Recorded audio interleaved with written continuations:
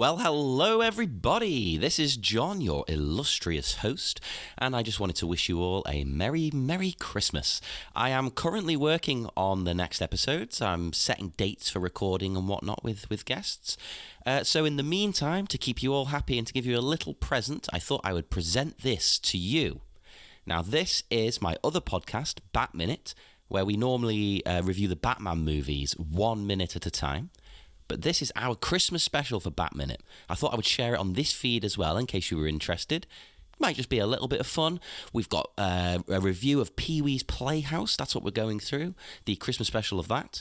And we have musical guests and other fun little things. So join Niall and I on the Bat Minute to Christmas special coming up now.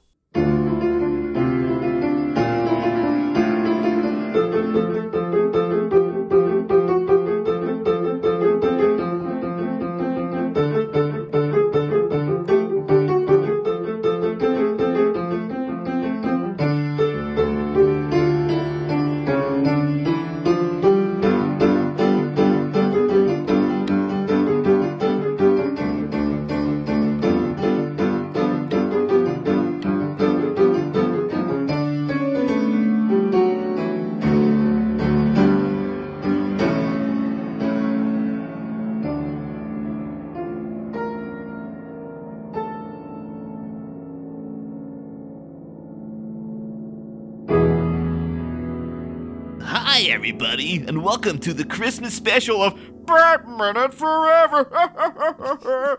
I'm sure that's not scared people off now. This is your host, Niall McGowan, doing a Pee-Wee Herman impression that I've been trying all day, and it never gets any better. It's progressively getting worse, I would say. I think it's up there with Jim Carrey. Yeah. Well, we could jump straight into that, though, as a random side thing. Although you have to introduce yourself, of course, Jon. Oh, my God, of course. I'm sure you're all wondering, who is this other voice? I don't recognize this voice.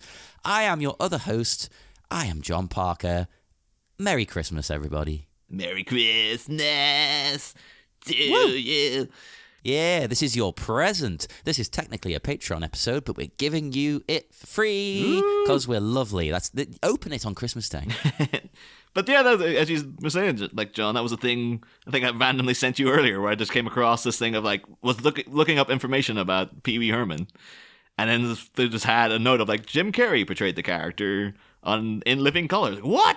And then looked it up, and yeah, sure enough, there's a sketch from In Living Color post Paul Rubens' arrest, whereas Jim Carrey is Pee-Wee Herman promoting a new Pee-Wee doll with, like, a turbo arm that, like, thrusts up and down and stuff. And you wouldn't get away with these jokes today, I don't think. Oh, yeah. This is like, Pee-Wee can defeat anything except a bum rap and all this kind of stuff.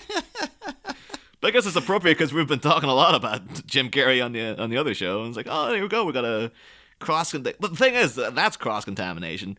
But the Pee-Wee in general is so linked into Batman. Like, every other person's like, oh, that's from this and this and this and this. And then, Jim Carrey obviously did the character in that. Friggin', he was in a movie with Debbie Mazar, who was Paul Rubens' girlfriend at the time, and stuff like that. There was loads of Pee-Wee connections going on in here. But only sick freak loner weirdos get arrested for. He got arrested for, right? He can't have had a girlfriend. Are you trying to say that you, the way you're saying, of course I would never do anything like that. Well, I'm a big defender of his arrest. That sounded wrong. I don't defend the arrest. I defend him in the arrest. Because, he's a grown man. Well, and he was at the time. And he wasn't doing anything wrong as such. What do you think people are doing in those theatres? I think it just because it adds in so much to the like a creep factor to Pee-Wee knowing that. And again, it's because we should probably explain to people in case they don't remember from when we talked about Pee-Wee way in the back of, the beginning of Bat Minute Returns. Was never a thing over here, Pee-Wee Herman. No. So I was very unfamiliar with the character, except for, like, seeing him referenced in other things, until I saw Pee-Wee's Big Adventure when I was, like, in my late teens. And all I knew about it was, like, guy arrested for masturbating seems to be playing an adult child. And it was all meshed up together, and it made him come across very, very creepy. He does anyway, I think. This is my first ever Pee-wee thing. He comes across creepy, but I loved every single second of it. I was so surprised, though, to find out, like, things I did love about this. And I have to say, like, as a special, I did really enjoy this as well. You don't get specials like this anymore. No, really, no. Except for Bat-Minute. Oh, of course. You get this, Alan Partridge. When was, where are the meta humor comedy specials these days? But they should be doing, like, What We Do in the Shadows Christmas special or something. Oh my God, yes. Do it. But that was the thing, because I was so sort of confused. People who remember us talking about, like, might remember, like, I didn't get the character because I was like, well, is he supposed to be literally a child and we're just seeing him portrayed by an adult, or is he like an alien? What's the deal with Pee-wee? Because it just never explains it. He's like Mr. Bean who speaks. Yeah, it is exactly. It's the same kind of like, oh, so who is this? Why is he this way? And is he in like an magic? Well, then he's in Puppet Land, but in Pee-wee's Big Adventure, it seems like he's in something that could pass for our normal world, except that it is also brimming with weirdos as well. But Pee-wee that's the real world, brimming with weirdos, yeah. But so I looked in a little bit to like the origin of the character to see if I could get to the bottom of what he was supposed to be all about. Found out that he was Paul Rubens was a part of a group called the Groundlings, which also had like Phil Hartman and stuff in it, who was apparently in the show quite a bit, but just not in this episode. And he was originally kind of made as a character when they were tasked with coming up with people who should never be stand-up comedians. Basically, he would never make it in comedy. And Paul Rubens came up with this this weirdo kind of childlike, rude, effeminate, sort of not too sure what the hell is going on with him kind of person. And yeah, dressed like a ventriloquist dummy. Yeah, that's the thing, because even sometimes too you'd look at him as like, is he supposed to be a puppet?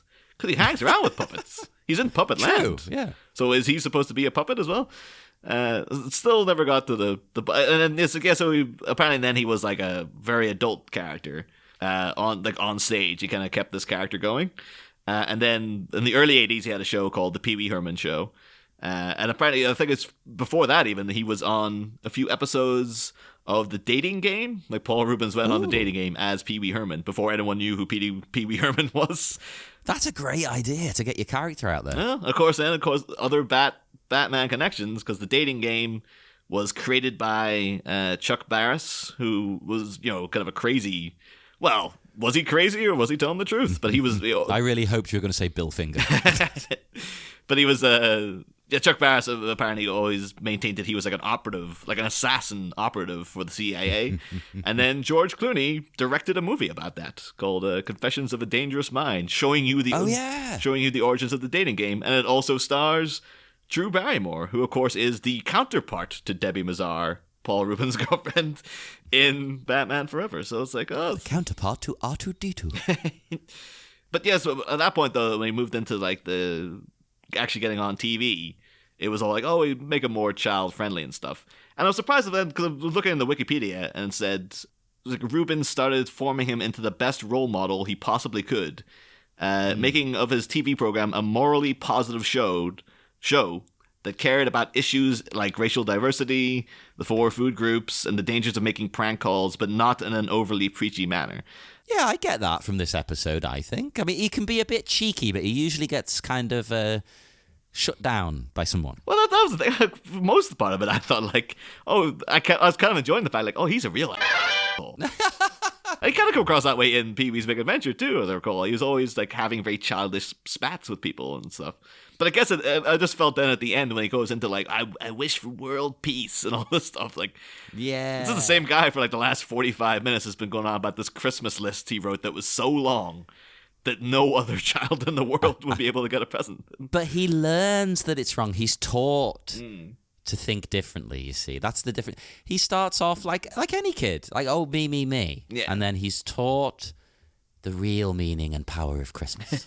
I do like the fact that he kind of messes them around a little bit, where he's just like, this isn't a very long Christmas list, Pete. We're like, I know, but I didn't want to appear selfish. Maybe I should add a few more things and stuff. It's genius. Anyway, right now, 1 second, I need to just sort of detour, because I've had this sat here for a little while now. I have a present for you. I've bought you a Christmas present. Oh, my God. Oh, John, you shouldn't have. I know, I really shouldn't have. No, I'm jealous. I want to keep this. I almost did keep it, but I thought, you know what? Niall's been all right this year. He's been okay. So I'll get him a little something special. So here you go. Here you go. Well, let's see. Ooh, it's a weird shape, but let's see it.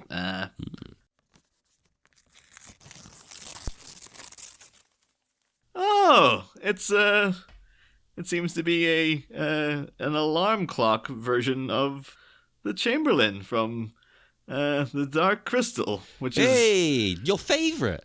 Yes, that's no way a character or a film I hate at all. That's a really that's something, John. Thanks very much for that. I knew you'd love it. I knew it. I could just tell you were telling me how much you loved the Chamberlain and his little noises and things. I was like, notice here that instead of ticking, it's just making that horrifyingly annoying noise over and over again. Isn't it amazing? I can wake you up every day. I say, well, I'll put this over here with all my Richard Chamberlain memorabilia, but I'll put this over. As you know, John, I think I've got a good idea for this. Of course, within the Batman cave here, we don't have any railings, so I'm always worried that people are going to fall into the bottomless chasm.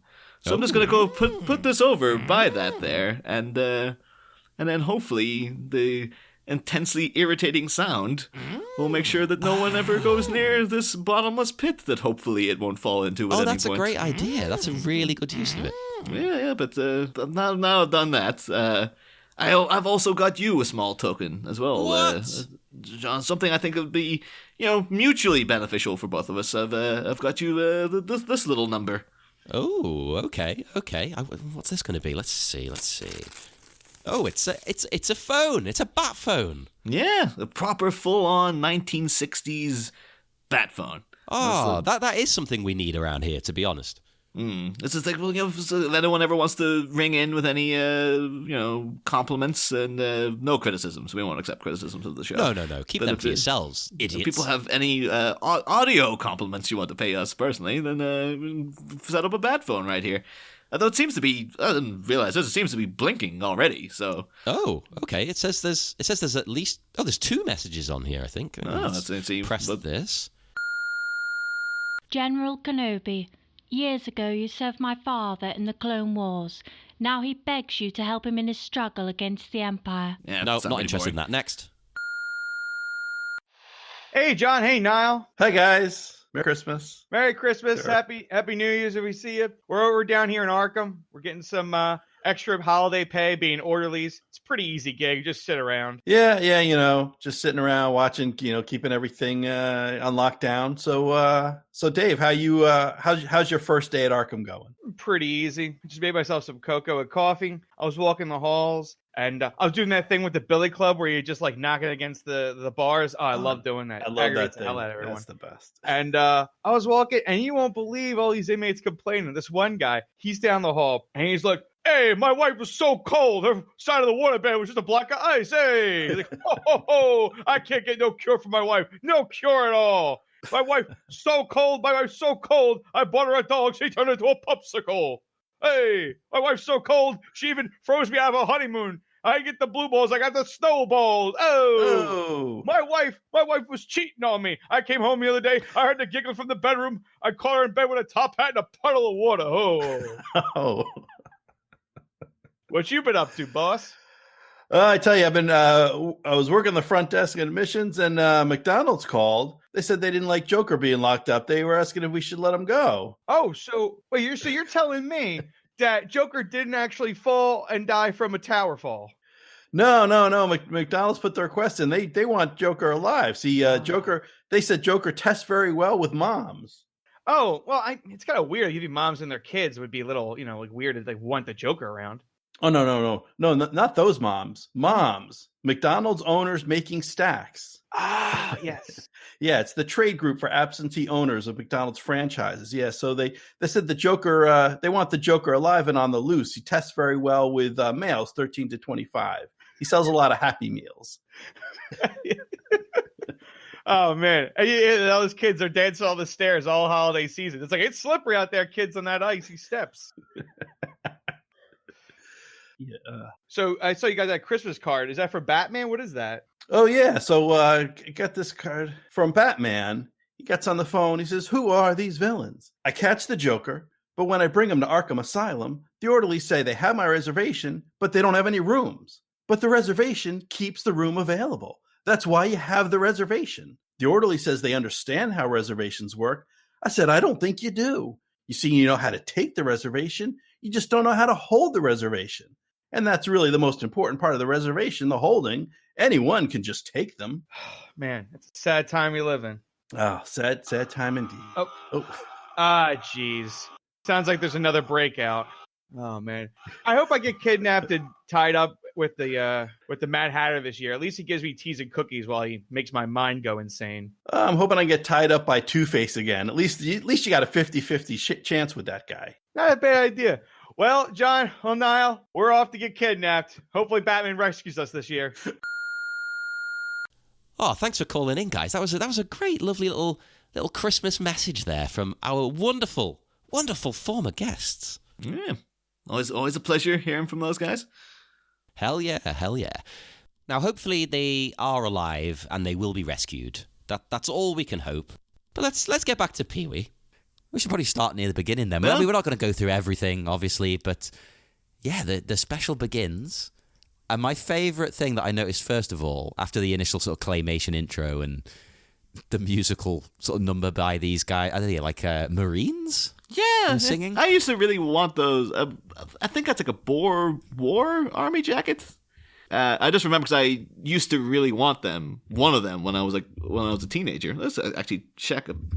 I had a similar one. Yeah, it was one of Wore it twice and then realised it doesn't go with most of my other clothes. No, it's not really. The Boer War is more the kind of Zulu kind of looking thing.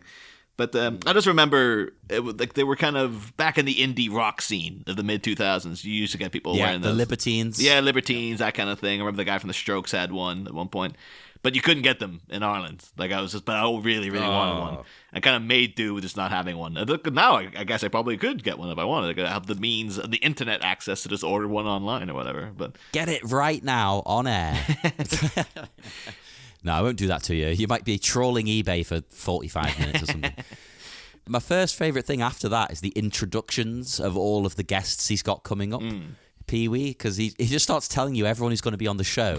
And there's so many guests who, some of them only pop up for seconds, that it goes on and on and on into the point of absurd hilarity. That's because even then, looking back through my notes, I was just like, oh crap, I completely forgot that this person was on the show. Because you literally get people showing up for like split seconds and you're like, oh, do I need to make notes on them as well? And a lot of them were people, I guess, who were famous, but I had never come across really. Like most of them are famous though. Get later on, like Charo. Oh, Charo! I love Charo's always on Drag Race. Oh, okay. So I remember like they seem to be treating this person like I should know who this is. Is this because she only had one name? I was like, maybe this is like a character for the show. No, she's real. And then looked into it, it was like, oh no, she seems to be famous for just being Charo. Like that was. Yep. That's her whole shtick. Is just like, yeah, Spanish singer, guitar player woman. Like, oh, fair enough. I think America has a bigger connection with like Hispanic things though than Britain and Ireland and stuff, because I know Spain's quite close, but we tend to have more of a connection with like France and things like that. Yeah. Whereas America's got that whole, they've got a lot of Spanish people there because of South America. Yeah, they latch onto it a lot more than we do here. Plus, we didn't get Pee-Wee, so if she's on Pee-Wee a lot as well, that wouldn't help. But she's always on, I say always, it's only a couple of times, but she's been on Drag Race, and they do the same thing there. They just treat her as like, oh my God, it's Charo. I think she could come on this show, I'll be like, oh my God, it's Charo? I guess she's a person. Hey, let's get Charo on. Charo special coming soon. But it is one of those things that, like, where do they even begin with this thing, though? Like, well, I loved as well when he's listing those names, right? One of them I misheard, and I didn't know I'd misheard it until like halfway through the show. Because he says like the king of cartoons. Oh, yes. Right, and I'm assuming maybe this is a character from the show proper. Yeah. because I insisted, and I rewound it and listened. I insisted for about 25 minutes, 30 minutes, that he said the king of Khartoum.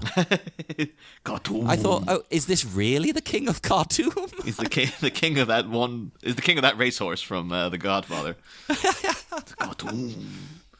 It sounds like he's saying Khartoum, and that made sense to me because I thought, oh, it's Pee-Wee, it's wacky. Oh, the king of Khartoum is here. Of course he is. Well, that was the thing, though, when he showed up. Because I never really seen the guy. Like, I've never seen that character before because I don't recall him featuring in. Well, most of the side characters don't feature in Pee-wee's Big Adventure. Yeah, that movie seems very different to the show. Yeah, I think it was before the show, so I think it's like you get some performers cross over, but yeah, like the not playing the same people. That's kind of a shame though, because it's like there's a couple of characters from Pee-wee's Big Adventure. Like I was kind of like, well, why isn't Dottie here? Dottie was his love interest, was played by E.G. Daly, of course, Tommy Pickles and stuff in Rugrats. Oh, yeah. I really love E.G. Daly. Apparently, Jim O'Kane has met her. Oh, whoa. Met her back I think someone mentioned her online. He put up a photo of him and her from like 1980 or something, where it was like, oh yeah, she was the only person who recognized her because she did some random thing. And it's like, that was before she was E.G. Daly. And he kind of caught her on the way up at one point. But when the King of Cartoons came in, I was just like, wait a minute. Is that... And I was going to look, I was like, no. And I was like, that's Blackula. That's the no. That is What? Blackula. And I was like, holy crap! And I looked it up. I was like, yeah, that's Blackula. That's the guy. Who played Oh him. my God! What the? Oh, what a Christmas gift you've given me, Niall. Oh, Of course, then that links directly into our show because one of our friends who co-wrote our opening theme to the main program is in a band called White Blackula.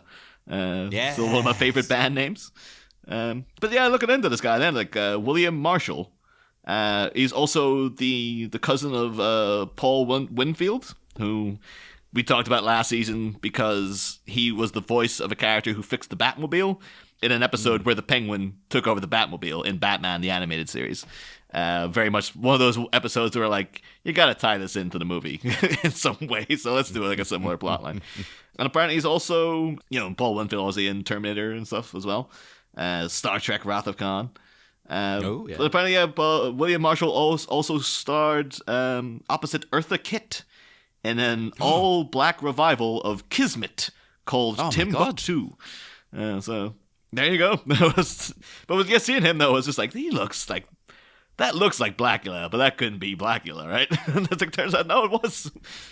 when in doubt, always assume it's Blackula. Well, there was a whole bunch of other little things too, where people would show up and like. Well, I mean, when Miss Yvonne showed up. Did you recognize her when she popped in?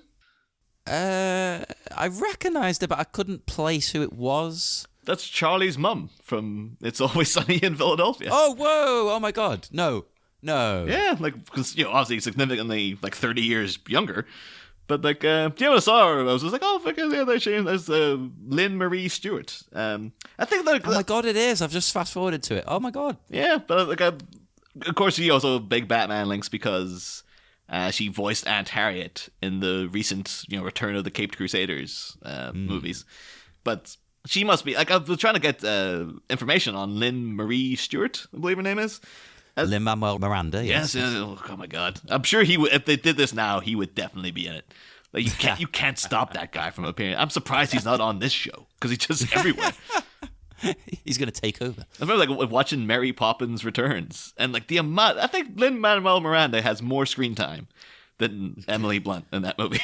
Like it's like every time they make a noob, they're just like, oh look, I kind of was his name like Fred or something, but something like that, a generic Cockney name. Every time they stepped outside the house, he would just appear. It's like, God damn it, Lin-Manuel, just let Emily Blunt just own the film for 5 seconds, would you? But But yeah, she must be like, I couldn't get much information on her background and stuff, but I imagine she must be like a fairly, like, kind of good person to work with, because apparently she did a lot of work with Paul Rubens. Also appeared in Dunstan Checks In. Of course, he's also in that as well. But she's also in like a load of stuff with Elvira. So, but not playing the same character. So I imagine it must be like, oh yeah, Cassandra Peterson must be like, oh yeah, I love her. Just bring her into whatever I'm doing, and just give her a part. Yeah. So. I didn't realize she was a thing. Well, I don't know if she exactly is. I think maybe she just gets roles with people and they like her and they keep bringing her into stuff. But there's no, like, looking her up in Wikipedia, it's like early life. And it's like, she was raised in this area. And you're like, all right, is there anything else? And then it's just like, and then she got a bunch of acting roles. I'm like, oh, there's no... That's simple, eh? Yeah. But yeah, also in... she played one of Poison Ivy's hench-wenches in an episode of Batman, the animated series. She's also in... Oh, God, she's in like episodes of MASH. She's in American Graffiti. She's in The Running Man. She's in The Burbs. Bridesmaids. Curb Your Enthusiasm. She's in tons of stuff. But yeah, upon seeing her, though, she is now instantly going to be like, oh, that's Charlie's mum from It's Always Sunny. She's got a really weird, funny bit as well. There's essentially an allusion to an upskirt. Yeah. which caught me off guard. There's lots of jokes in this for adults. Oh, yeah. From what I could see in researching, it seems like this show was watched by as many adults as it was children, basically. I would get that, yeah. There's so many jokes. Like, I really liked as well. There's a recurring gag. I might as well say it now because it happens 100 times. A recurring gag where he keeps getting fruitcake. Oh, yeah. And it took me a couple of times to go, wait a minute. He's calling himself a fruitcake, basically. And everyone on the show. It's a very queer show. Like, he's got... Well, he's not gay. He's bi, I think, isn't he? But I think he refers to himself as, like a queer guy. So, and loads of the guests are. Charo's big in the LGBT community. Grace Jones is. Oh, yeah, of course. Yeah. Little Richard is on. Joan Rivers. So he's making a comment about that because there's at one point it's like, oh, there's so much. There's too many fruitcakes. And he gets these buff builders, shirtless builders, to add a wing to his house with the fruitcake. I did think that was the only bit of it I really clocked. Is like, oh, those are very homoerotic builders he's got. But I do love the delivery too. It was like, I think the first one he gets, he's like, oh, this is heavy. What is it, a gold brick? Like the idea that someone got him a gold brick for Christmas, and he accepted it. That's a typical gift. Yeah. I love it. And you established very early on, because you mentioned voices before, and it made me think. You established very early on, as a new viewer, this guy's like schizo. Yeah. He flips between these two voices, but not just voices. They're like different personalities or something. It's really weird and trippy. He can be quite selfish and sort of mean in a kiddie way when he does the deep voice. He's got a creepy deep version of the voice. That's the voice. Because I can kind of do that. But like, yeah, their deep voice is kind of it's. I think that's like Paul Rubens has made a living on that because it is quite difficult to do. Like, yeah. It's like no one else can do that. Like Jim Carrey came close, but he wasn't quite there either. You know, it was. But it's that was insane though. Apparently, like, yeah, Pee-Wee was supposed to be like a moral compass for children and stuff. And like apparently Paul Rubens would do things like he himself was like an avid smoker, but he never wanted to be photographed with a cigarette in his hand in case children saw it. So he was that's nice. But then there's weird things like that. It's like, oh, he'd go out of that, it was way for that kind of thing. Apparently he developed a sugar-free cereal for children because, for children's health. And he's like, oh, I don't want the kids to ever see me in a bad light. And then I was thinking like, you're in a Batman movie where you throw a deformed baby in a river, right? Like, I'm pretty sure some kids saw that and were like, Pee-wee threw a freaking baby in a river. That'd be post-scandal, wouldn't it? I don't know, actually. When was the scandal? I think the scandal was like 94. So. Oh, I was thinking it was just before Batman. Oh, God, yeah. Maybe at that point he's like, well, Pee-wee's kind of over. I kind of thought it was quite refreshing in that he seems to be very fond of the character. Like Paul Rubens would do Pee-wee at the drop of a hat. And I always liked seeing that because we have so many examples of people who don't adhere to that. Like Harrison Ford, who's just like for 30-odd years, you wouldn't dare mention Star Wars around him. And I think even like Coogan for a bit kind of distanced himself from Alan Partridge. And thankfully, he did for years, yeah. Yeah, he's finally come back to accept it now. As is, Carrie Fisher came in where she's like, I know who I am. Like, I'm Princess Leia to people and I accept that and stuff. So I like that Paul Rubens is very much like, I'll bring Pee-Wee Herman back as many times as I need to and stuff like this. Yeah, why not? Do it. That Netflix movie got good reviews. I've not seen it, obviously. Yeah. But this is something because I always hate finding out that the people, don't have time for their past creations or something. Like, friggin' the woman who played Mrs. Doyle in Father Ted doesn't want any affiliation with it and stuff. It's like, oh no, really? Yeah, she just really wants. Like, I think she turned down. I think they did like a couple of years back, like a 20-year anniversary of like the last episode or something. Yeah, big documentary. Everybody came back except her. And apparently she was just like, I don't, people associate me with it too much. I want to move on. And it's like, your co-star died 20 years ago. This is a tribute to him. Wouldn't it be nice to come back and just be like, this is the show that made me? Not wanting to be like too tied to a role, but come on, people have such affection for it, and she still is basically known for that. It's been a long time, and she hasn't sort of become known for much else. Yeah. No offense. I mean, she's doing better than me. But and it's a nice tribute to him. Yeah, I mean, like Ardo O'Hanlon came back for it, and like you think if anyone, he'd be trying to get rid of like the Father Dougal, like aura around him. But he was like, oh no, of course, he came straight back in. Like, oh, fair play to you. But yeah, so thankfully Paul Rubens does seem to be the type as like, I think he deliberately put Pee-wee on ice in the 90s due to the scandal. And then I was like, okay, it's been 10 years. I think I can bring this guy back and stuff. And he seems to be constantly pitching new Pee-wee projects every other day and stuff. Oh my God. Niall, that was the door. A doorbell on a podcast? How unorthodox, John. Who could that be? We're not expecting guests, are we? Oh, well, my door's always open to whoever knows how to ring my bell. But, well, let's go and have a look. Oh my God. Speaking of ringing a bell, it's Town Bike!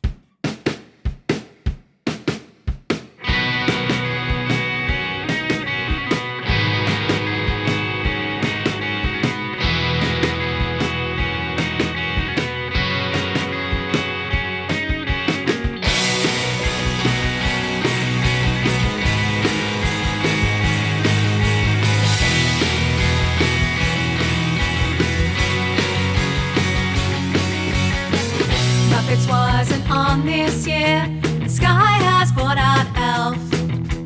Robbie Williams is on instead. I wanna kill myself. When the office party, but my crush, she didn't come. All I got was a pounding head and a photocopy bum. And I was under the weather, even though the snow had yet to fall. Should have been the worst Christmas ever, but you were the greatest gift of all. Stocked up at the Asda, but the turkeys were all gone. This year's dinner, turkey flavored pot noodle for one. Took down the mistletoe, Filipino kisses for me. But just then the doorbell rang. I wonder who it could be. And I was under the weather, even though the snow had yet to fall. Should have been the worst Christmas ever. She was the greatest gift of all. We had makeups, we had breakups, we had best friend 101. Should have been the worst Christmas ever, but I'll miss them when they're gone. Under the weather, even though the snow had yet to fall. Should have been the worst Christmas ever, but you were the greatest.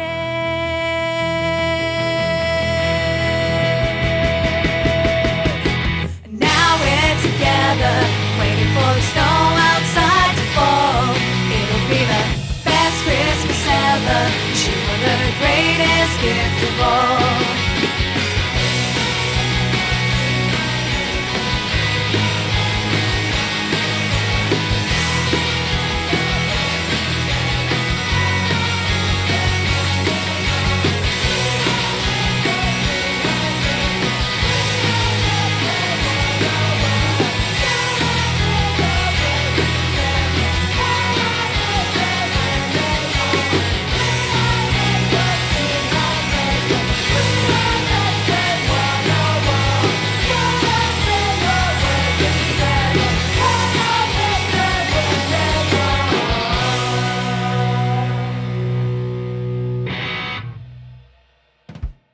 Whew, whoa, that was great. Thanks for stopping by. Town Bike, Liverpool's pop punk legends. Ooh, now on your bike. Get out of here. Yay, hop on your bikes.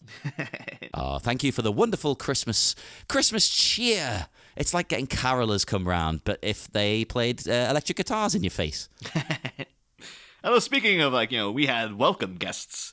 One bit of this I really did love was Whoopi Goldberg getting in touch with Pee-Wee Herman. Oh my God, I wet myself laughing. At this point, I guess Whoopi Goldberg's still a pretty big star. Yeah, but back then, I guess she would have been one of the biggest things in America and stuff. Definitely.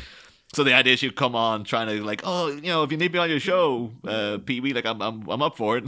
Just we're pretty booked as it is, Whoopi, And I love the way she's like, oh, I'll come on next year then. It's like, oh, we're booked up for then too. Maybe in 2 years. Yeah, she's like, oh, I'll see you in 2 years' time, right? Maybe, yeah. That was genuinely one of the funniest things that I've ever heard. I love too that the misdirect kind of keeps going as well, because when you look it up on Netflix, one of the promo pictures is Paul Rubens and Whoopi Goldberg hugging, like she's on the sets.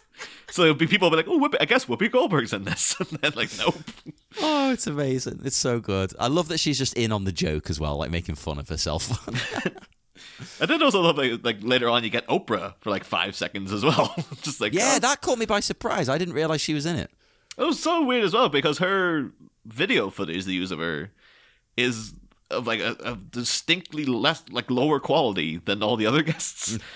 It was literally filmed we just have a handheld video camera, just get any shot of Oprah you can. One take. And she's just no, I'm I guess at that point too, Oprah also one of the biggest things in America. But yeah, there's a couple of other people Cher shows up at one point for just a random I guess Cher was free, just wandered on set. You can tell there must have been a great affection amongst people where they wanted to be on this show. Yeah. Because I imagine, it's hard to tell what's going on in Grace Jones's head at any given moment. But it seems she would be on board for this kind of project of just someone sends Pee-Wee this giant package and it's just Grace Jones. And she does one number and she's wearing a weird, I don't know well, I guess you could say that about any moment of Grace Jones and anything really, but she looks incredible though. She's amazing. I love that bit. And there's she's kind of wearing a pharaoh hat, but then a big fur coat and stuff. And I just love the idea of Grace Jones grooving out on a kid's show. It's baffling to me. Does she know where she is? That's hard to tell. She could have been someone sent me a check. And they told me to show up and sing a song. Yeah. And just I remember, she asked her about it now. She might be, I recall there was a man in a gray suit, and there was a lot of moving furniture that appeared to be alive. And I was there for 20 minutes, and then I left.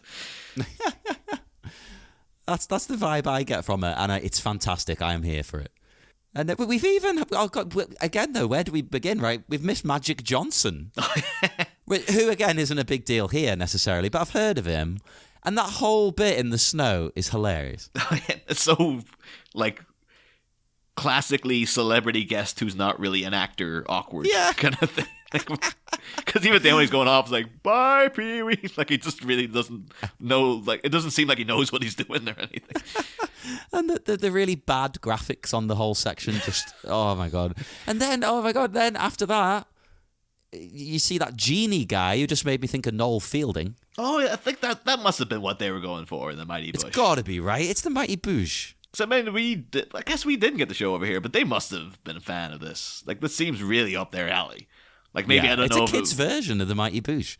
Basically, it is, yeah. Yeah, it's what's his name? Jambi. It was doing the Mika ho ho ho and all this sort of stuff. Oh, yeah.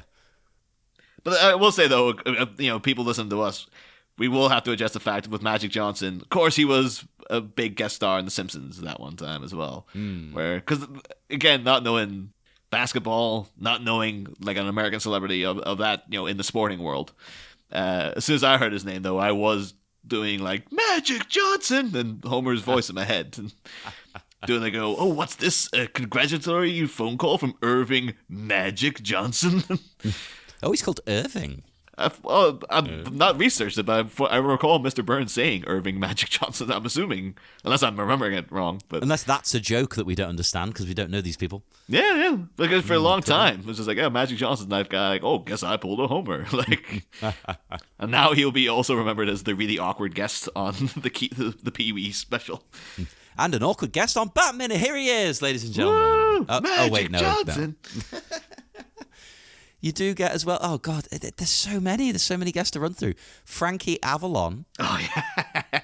In one of the funniest recurring bits again. Oh, that was my favorite joke. Again, this is making Pee-Wee seem like such an asshole.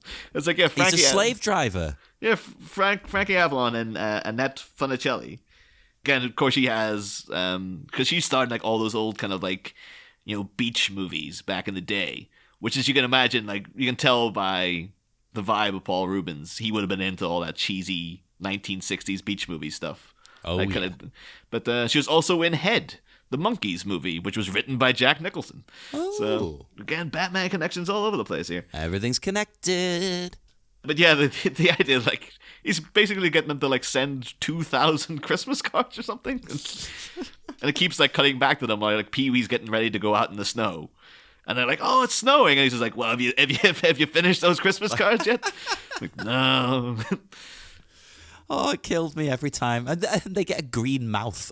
And just at the end, too, green they finally finish the cards. And I was like, well, have you made the envelopes yet? It's like, back to square one. I love any joke where Pee-wee is just, like evil. He's a sweatshop owner. Look at him. He's a capitalist. Again, though, like you say, at the very end, he's all like, "Oh, peace on earth" and stuff. But I think a lot of kids are going to just be taken away, like, "Oh, he's an evil asshole." Like that's kind of why you like him. It's like, well, he's getting away with things that you can't get away with and stuff. He's a bit cheeky. Yeah. You went to maybe you can take inspiration from his humor and that, but you're supposed to learn from it what he learns as well. I think. Yeah. And I actually wrote down. I've just realised because the king comes back, Blackula. Oh, yeah. And then I've got my very next note, after more fruitcake from the king, is Joan Rivers in a rockula cape. Oh. It's all tying in. It's all tying in. Because, she pops up and all I can describe that as is the rockula cape. It probably says rockula on it. I don't know. And she was a big fan of the movie. And she bought the cape afterwards. Yeah, the original cape. Yeah. Well, I have to actually double check this because, no, yeah, it's true. So I have to say, I will admit, I used to really hate Joan Rivers because, in much of the way, it's like, well, Pee-wee Herman's a really mean guy. All I remember Joan Rivers for is just her criticizing people. Like she'd be making fun of people on the red carpet. She'd always be doing like fashion segments where she'd be making fun of what people wore and stuff. And it was always come across to me as being like really mean spirited. Like I'm sure like maybe she was a lovely woman and stuff in real life, but I always just found her to be like very, very unlikable. I think it's meant to be tongue in cheek, but whether or not it actually comes across that way is another matter. Well, she was very, very beloved. Because I remember when she died, like it was a big deal. Like people were really pouring out their hearts about it. But the reason I always I think it also added to my disdain for her was the fact that me and her share a birthday. So that's the worst crime to you. I think it was one time I looked up like, oh, I wonder what celebrities share my birthday. Like our friend Julie one time, I think I made a joke that she didn't get, where it was her birthday, and on Facebook I looked up what celebrity's birthday it was. Yeah. And then messaged her saying like, Julie, did you know it's Ben Affleck's birthday today? Happy birthday for Ben Affleck, huh? And then she was like, oh, yeah, okay. Come on.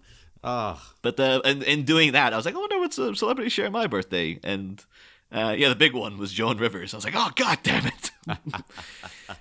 Oh, there could be worse. Come on. Could be, I know. Nigel Farage or someone. Oh, God, let's not get political. Oh, I'm too depressed. Oh, shoot me, Niall, shoot me. It's been a rough week. But I've been hitting the booze to get through it.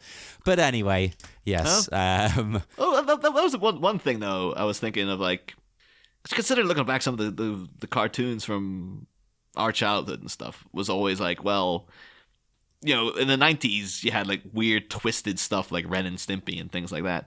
And I was kind of thinking with this is like, that's in the same vein. I wonder what happened in the 80s where children's television just got so surreal and twisted.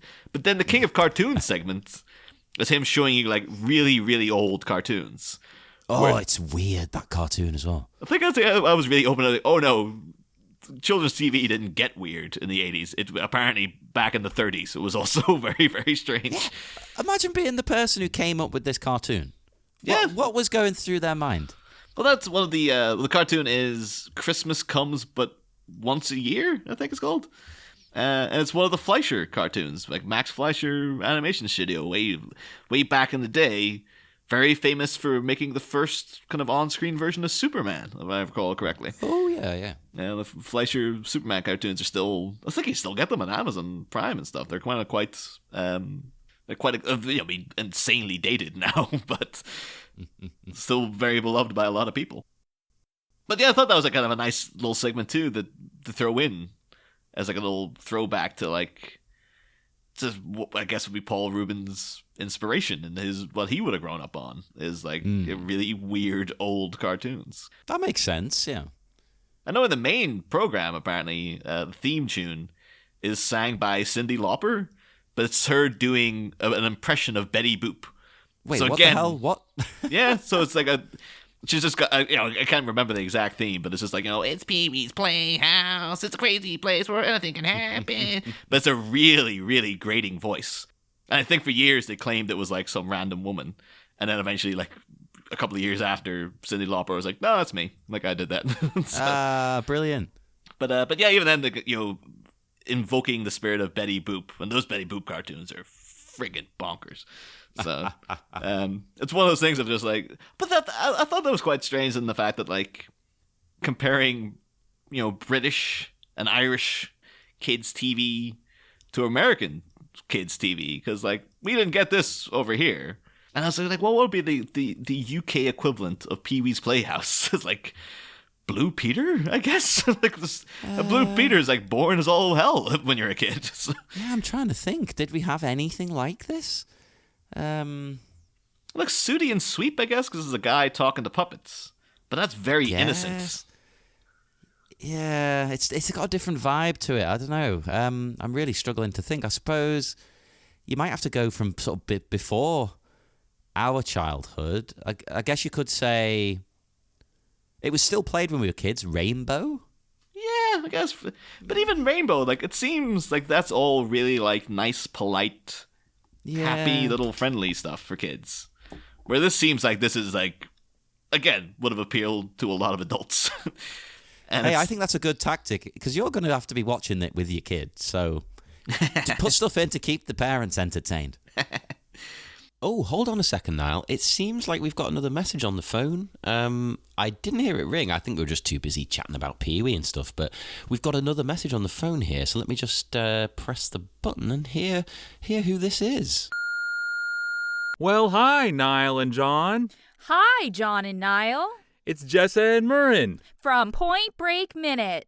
We want to thank you so much for having us as guests on your Pee-Wee's Christmas special episode. I didn't know much about Pee-Wee Herman coming into this, but since you asked us, I decided to check out the Christmas special, and I realized I've actually been dating Pee-Wee Herman for the last couple years.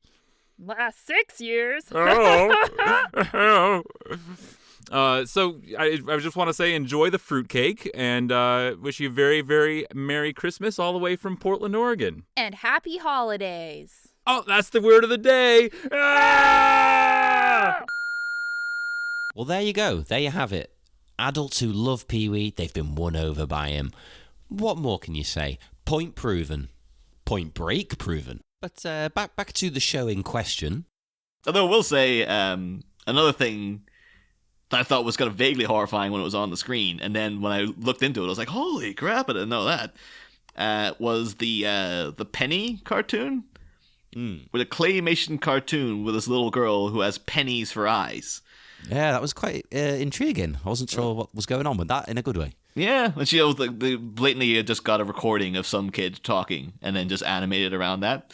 But then looking into Penny, I was like, oh, who came up with that? Apparently a creation of Nick Park, who did Wallace and Gromit and stuff. Whoa, what the hell? Yeah, Nick Park and Craig Bartlett, who was the guy who created Hey Arnold.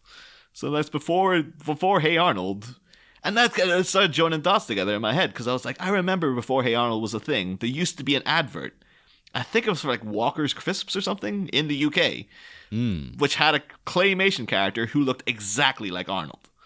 And then when Hey Arnold popped up, I remember saying to like people in school, like, is he the guy from the adverts? And no one seemed to remember it. And I was like, I'm pretty sure it was the same.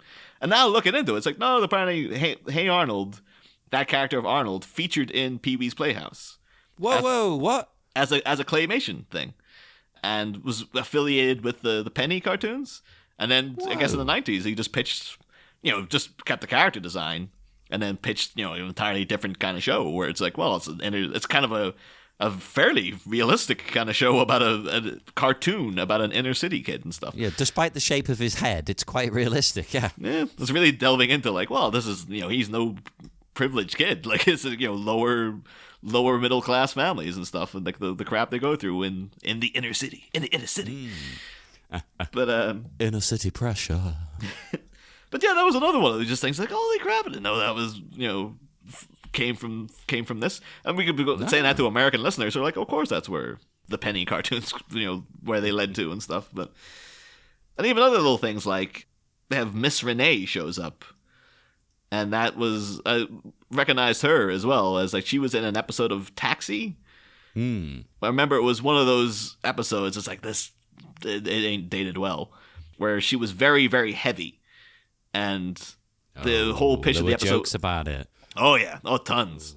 But like there was, I think it was she had met Judd Hirsch's character over the phone, and then when she showed up, he was just kind of taken by surprise because they were just like, well, you couldn't date a fat person, all this kind of thing, and then a lot of fat jokes and stuff. But he was trying to be like a good guy and be like, well, I'm not going to let it bother me and stuff. But then the entire date, all she would do was just try to bring attention to it and be like, that's right, I know you want to walk out at me and stuff. And then she came across as a horrible character. And it was at the end of the episode, you're like, I don't know who I like in this anymore. Like, this is what's the message? A complete tonal mess. And I think that she came back for another episode where she slimmed down and she was on this crazy diet and stuff. And they kept making all the fat jokes. And I was just like, this isn't good, Taxi. You shouldn't be doing this. No, and then at the end, it turned out she only slimmed down to get Judd Hirsch's character's like romantic affections. And he was just like, no, I'm not interested in you. Oh, I was hoping it was going to be she did it to get his affections and then spurn him. No, he spurns her. And then I remember the end of the episode is like she grabs his dinner at the restaurant they're in and starts wolfing down all his food as if she's just going to put the weight back on. I was like, this doesn't come around. But yeah, seeing Miss Renee, I was like, that's that woman from Taxi, right? And well, enjoy your Christmas dinner, everybody. I think her name was Angela because the very melancholic theme tune, the Taxi, was also called Angela. And then at one point, I think I heard that like it was originally her theme tune, and then I think the producers heard that the music made for her, and they're like, "Oh, that's really good. Just make that the theme tune to the show." Oh, so but yeah, there's some random Taxi facts for you there, folks. We need to mention as well, Billy Baloney. Oh, yeah. What is this? He wants to sing for some reason. Is this meant to be kind of a projection of Pee-wee's bad side? Because this guy is a puppet. Yeah. Oh yeah. Like an actual sort of ventriloquist style dummy. He looks very sinister as well. Yeah. There's just something off about him. I think it's Pee-wee letting his naughtiness out through this vessel. This could have been like a Tim Burton that continued with the Batman movies. You could have had Paul Rubens in as the ventriloquist and just bringing this puppet Billy back. Baloney, yes! Oh, that would have been beautiful. I also got flashes in some of the other puppets. Wasn't there one called like Randy or Rusty or something? And there's a scene where they're all out like dancing in the snow, and you see him. He's very obviously done with like strings and stuff.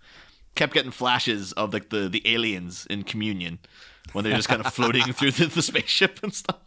And it was beautiful. You remembered those incredible effects that just blew your mind. Well, that's a lot of stuff in Communion I don't think I'll ever forget, quite frankly.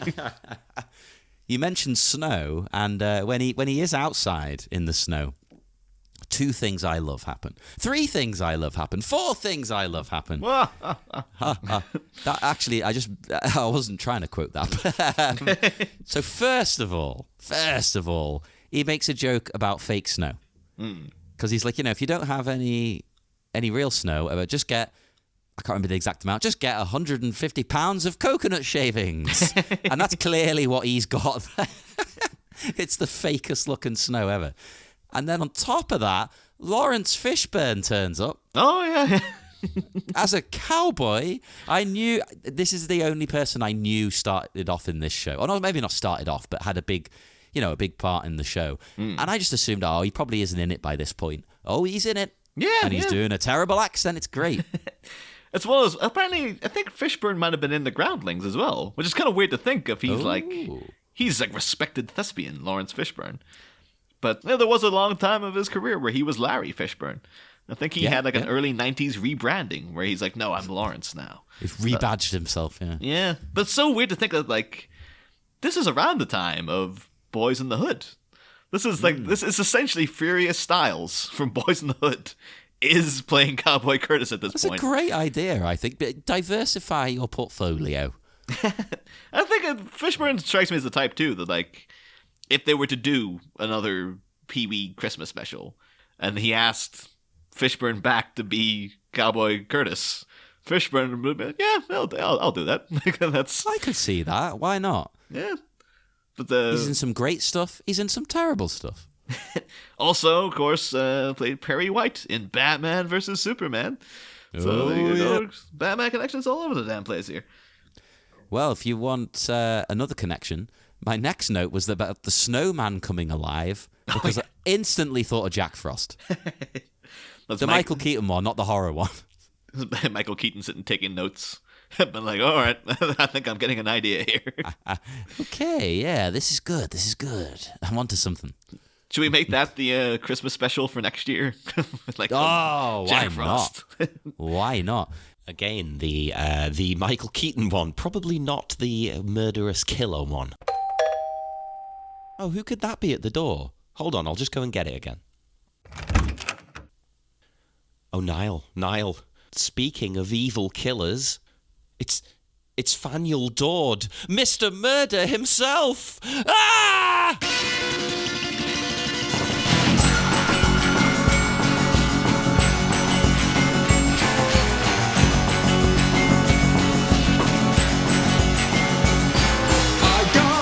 Was a henchman, an eagle I once was. I'd run and gather instruments of death for his evil cause. He's always been a mastermind, a prodigy as a boy. I've read all of his textbooks, how to make planet of your toy. I'm an open boy, Mr. Murder's golden boy. For Mr. Murder I'm an boy, I work for Mr. Murder. I'm a boogeyman, I only come out at night.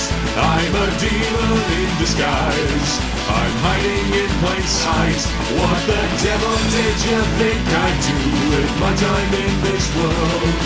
I wanna see it crumble through my claws with Mr. Murder.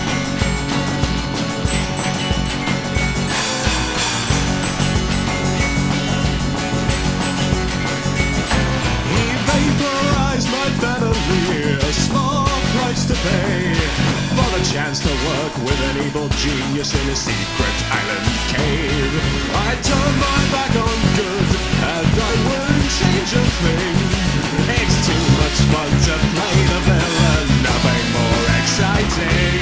For Mr. Murder I would die, I'm one with Mr. Murder's mind. The god of evil deeds, I'm accessory to his crimes. I'm a boogeyman, I only come out at night. I'm a demon in disguise, I'm hiding in plain sight. What the devil did you think I'd do with my time in this world? I wanna see it crumble through my claws with Mr. Murder.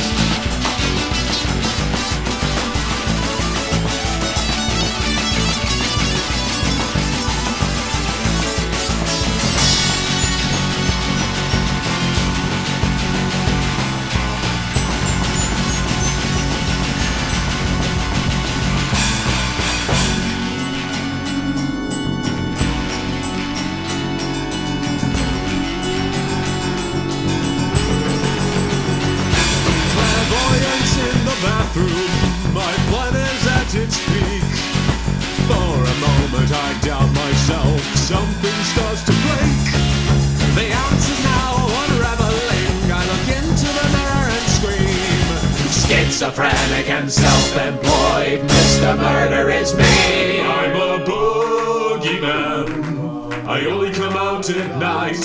I'm a demon in disguise. I'm hiding in plain sight. What the devil did you think I'd do with my time in this world? I wanna see it crumble through my claws. I'm a boogeyman. I only come out at night. I'm a demon in disguise. I'm hiding in plain sight. What the devil did you think I'd do with my time in this world? I wanna see it crumble through my claws with Mr. Murder.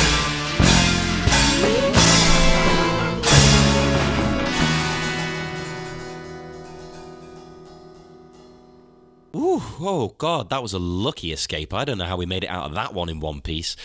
What were we talking about anyway? Oh yeah, the scene outside. But then, even better, yet again, one-upping the last thing I said. Little Richard on ice. What? It's a bit. I'm obsessed with Little Richard. I love him so much. He's the best rocker to me. Little Richard and Eddie Cochran. None of this Elvis Presley nonsense. You want those two. And Little Richard had such, balls to be, a rock and roller in the 50s in the south of the United States, wearing salmon pink suits, makeup, a big quiff, bouffant, and be, openly bisexual. Yeah. It's insane. I think Little Richard, too, he seemed to refuse to age. For about 50 years. He always just kind of looked the same. I think now the bouffant is finally deflated. It's finally he's just gone bald, but it's for a long, long time there. He was. I think he probably was bald at this point as well. He was just wearing wigs and stuff. But I don't know. I can't tell. I could never tell. It looks the same as his actual head, but who knows? And he, unfortunately, though, I think he's one of those who recently, well, not recently. I think throughout the years he's struggled with certain things, he'll randomly go through a phase where he's insanely religious and hates gay people. Ugh. And it's but you're a bisexual man. I think it's maybe a bit of self-loathing coming out. That's what I wonder. I think talking about Darren Houston. I think at one point Prince distanced himself from the two girls in the Revolution because he was just no, they're obviously they're gay, so I'm not about that. Prince. Yeah, you're again, gay as hell. Yeah, it's just Prince. It's nothing about you, even though he was insanely religious. That still seems like a walking contradiction because that man is so all about premarital sex and stuff like that. How can he be religious when he seems like he does everything? Everything with anyone. Yeah. But I think I mentioned that to Darren because I came across this randomly somewhere, and he's like, I've never heard about this. So if he's never heard about it, maybe it was just a bunked article from somewhere or another. But anyway. Well, there's one last thing with the skating as well. Oh, yeah. Even better again. Pee-wee outskates Little Richard. But the reveal is what makes it. It's not Pee-wee, it's a stunt double. He just comes over and thanks. It was amazing. I was dying. I had to pause. Genuinely good jokes in this. I can't recommend it enough. Oh, and actually, mentioning queer stuff, then you get Katie Lang, who's barely aged. She looks the same now. Because Katie Lang always has was it lowercase KD? And as a proofreader, I'm always well, what's happening here, Katie? Because it does annoy me as well, yeah. At the same time, it's her right to, grammatically present her name any way that she wants. But it's very much if I see Katie Lang written in a document, I'm going to capitalize it. I hope you realize that. Although I guess it shouldn't be any different from the iPhone being in a lowercase I and a capital P. I suppose, but this is a name. It seems different, I agree. But, at the same time, it's a stage name. I guess you can do what you want with a stage name. I did though, because, she does the, Jingle Bell Rock. And it's almost like it's like the anti Mean Girls version of it, really. Like, but I love though that she is so into it. Like, because when Grace Jones showed up, she was kind of doing the Grace Jones shtick, where you couldn't really, just it was like an ice queen kind of vibe. Yeah, that's what she's always like, isn't it? But so if you told me like, Grace Jones loved being on the show, or if she hated being on the show, I wouldn't be surprised either way. It both makes sense. But Katie Lang was just like, oh, she clearly was having like the time of her life performing on Pee-wee's Christmas special. She is giving it her all, and it's fantastic. Katie Lang on a kid's show as well. What the hell's going on? It's amazing.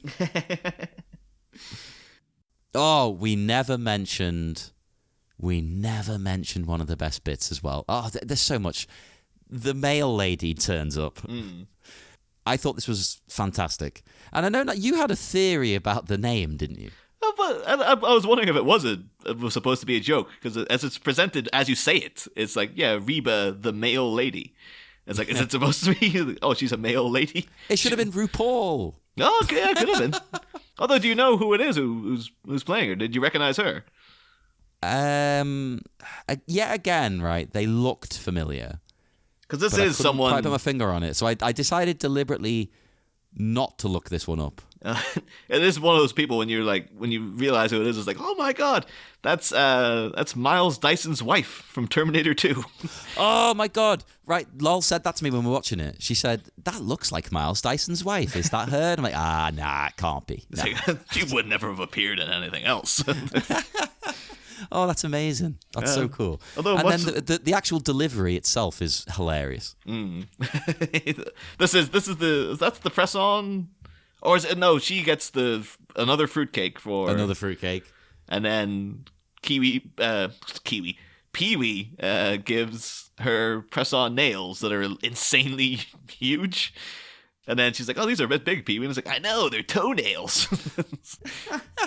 I love that because it doesn't make a lick of damn sense. Why are they so big? Like, she's not got like friggin' Bigfoot feet, Oh, it's great. It's like toenails the size of her face, basically. And it's her who drops off Grace Jones as well, isn't it? Oh, that's right. Yeah. Yeah, it is. That's crazy. Oh my god, it's the Grand Central Station around here today. The door again. We're trying to do a show and the bloody door's gone again. Let me go have a look. Hang on. Oh, hang on. We're talking about the mail lady. There's a mailman here now. He looks a bit strange, though. Let me open the door. Oh, my God. Niall, it's the local goth postman. And he's with Pete Bentham and the dinner ladies.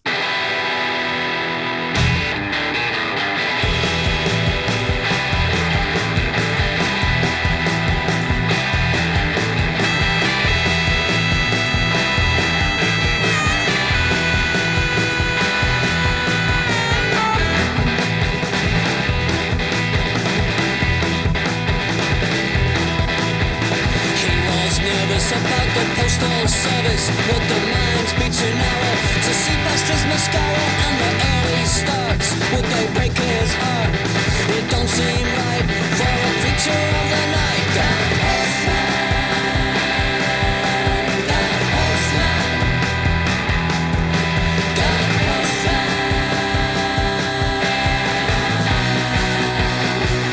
I'm your biggest fan.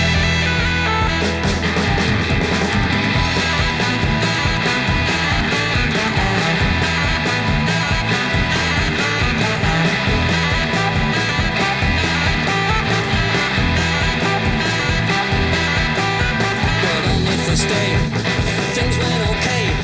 In fact, it was handsome. His boss's name was Manson. If you hear Gold's in your postal area, everything sound is system making his rounds. God postman, God postman, God postman.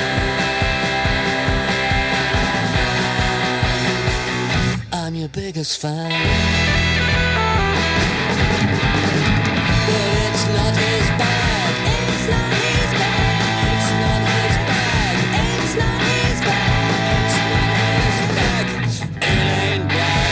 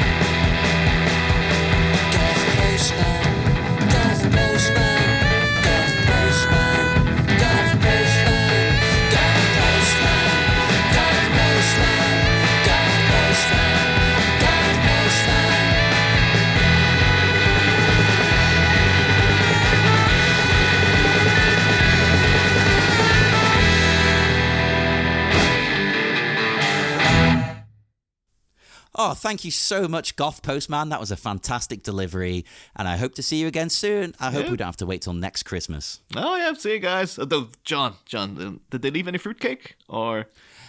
I mean, we've got about 10 pieces of fruitcake now, which will last me maybe the next 2 hours. Oh. You underestimate my love of fruitcake. See, I'm not a big, like, Christmas pudding and fruitcake and stuff. Not my kind of thing. I know it's my dad is majorly into it, where he's had a Christmas pudding in the fridge since last Christmas, and he's just like, every time I mention it to him, he's just like, it's good till next year.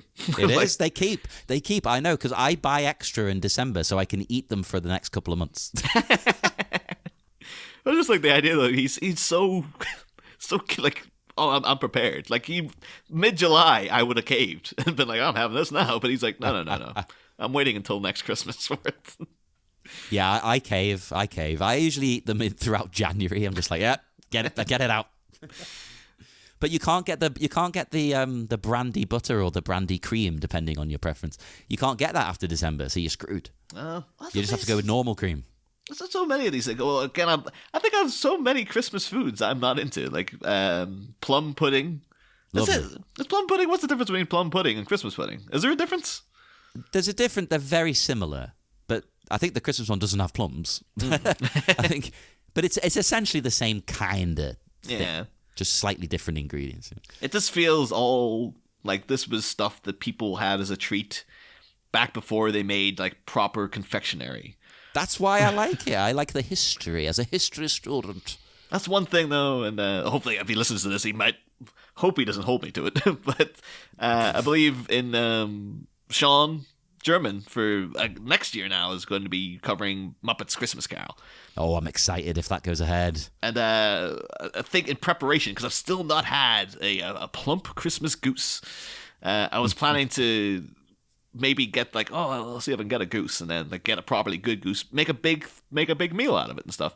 And my friend Dave, who we mentioned on the show several times, professional chef, he's forwarded me an article that someone had done like historical research basically to find out what the Cratchits would have had in that era for their Christmas dinner. Probably not a goose or a turkey, I'm guessing. Well, I think, they have to, because it's, they do say in Muppets Christmas Carol, like, oh, the goose. So yeah, but the goose will have to be there. But everything else is like, well, it's up for, see what else they've got. It's probably going to be friggin' like, I don't know, crackling, Hey, when I ate meat, crackling was amazing. Oh, I hate crackling as well. Ah, jeez. It's just congealed fat, isn't it? This is horrible. That's why it's nice. No, can't do it, man. Can't do it at all. It's the skin, though. It's, I think the fat hardens it, but it's the skin. It's the same as eating any other part of it. No, I'm the type I don't have bacon all that often because it's like I don't dislike bacon, but I know like the internet goes crazy for bacon. But I always cut off the fat because it's like, no, I don't. I know I'm eating unhealthy things already, but I don't need to know that this is literally a slice of fat that I've got in my mouth. Like, so. You might like streaky bacon more than like American style because that's got the fat through it, so you can't really see it. Oh, yeah, maybe. It's not like a big hunk of fat on the edge, which is disgusting. Although I find out now, this Cratchit's Christmas dinner article, it's all just fat over everything. It's crackling. Hey, back in those days, it would be. You wanted to get as much fat in you as you could. Yeah, but we'll see anyway. What if that? Hopefully that special goes ahead, and I'll use it as an excuse to produce this grand Christmas dinner. Well, my Christmas dinner's not too bad, Today I will be eating my plump tofurkey. No? Are you not a nut roast guy? No. Nut roast it's fine, but it's very bland. And you get given it all the time. So I get tofurkey. Some vegetarians don't like things that replicate meat, and that's fine. I understand that. You don't necessarily even want to think about meat. That makes sense. But I'm not a vegetarian because meat tastes bad. I'm a vegetarian because I don't want to kill an animal. Yeah. So the taste is still good. That's not the problem to me. So I will eat the tofurkey. Same principle as fake fur. It's like, well, you can like the look of the fur. If you have fake fur, you're getting that without actually skinning an animal, basically. Exactly. Same thing. Both approaches are perfectly valid, though. Oh, but speaking of animals, Zsa Gabor. Oh, Friends with a cow. oh yes. What's her name? It's like Contessa the Queen Cow or something. The Queen Cow. What the hell is this all about? I love it. Oh, I was loving that too because Killian, the little 2-year-old we have in the house, he's obsessed with cows at the minute. Every other word he's talking about is cow. And he'll say something to you, and you're like, "What? Sorry, what did you say, Killian?" And then he'll look at you quizzically and go, "Cow." And he's really into Shaun the Sheep, of course, created by Nick Park. But he's also terrified of it because there's a bull in it, and he always calls the bull Big Cow. But he'll literally do impressions of the big cow to you and go like, "Oh, big cow, moo," and all this stuff. But he sees that big cow though, he freaks out. Wonder what it is about the male cow he doesn't like then. I think it was chasing Shaun at one point. I think he just thought, well, this thing is a threat, basically. But so he's scarred for life. Yeah, pretty much. Yeah.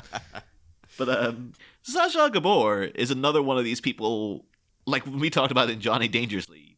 Like, I still don't really know why Dom DeLuise is famous. Zsa Gabor is the same thing. It's like, who is this woman? Why is she in things?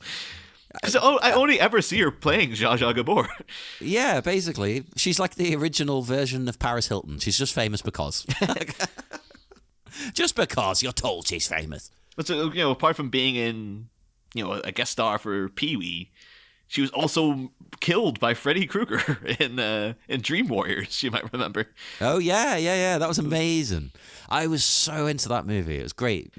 But yeah, it's the scene where like the girl gets killed by Freddy turning into a TV. But what she's watching is Dick Cavett show. Dick Cavett, of course, who appeared in Beetlejuice, was directed by Tim Burton, so it's another Batman connection. Everything's connected. Woo! And yeah, I remember like, I wonder if Zsa ever heard this, but like, I think they got Dick Cavett, and he's like, "Oh yeah, you're gonna be a guest. You're gonna have a little cameo in Dream Warriors.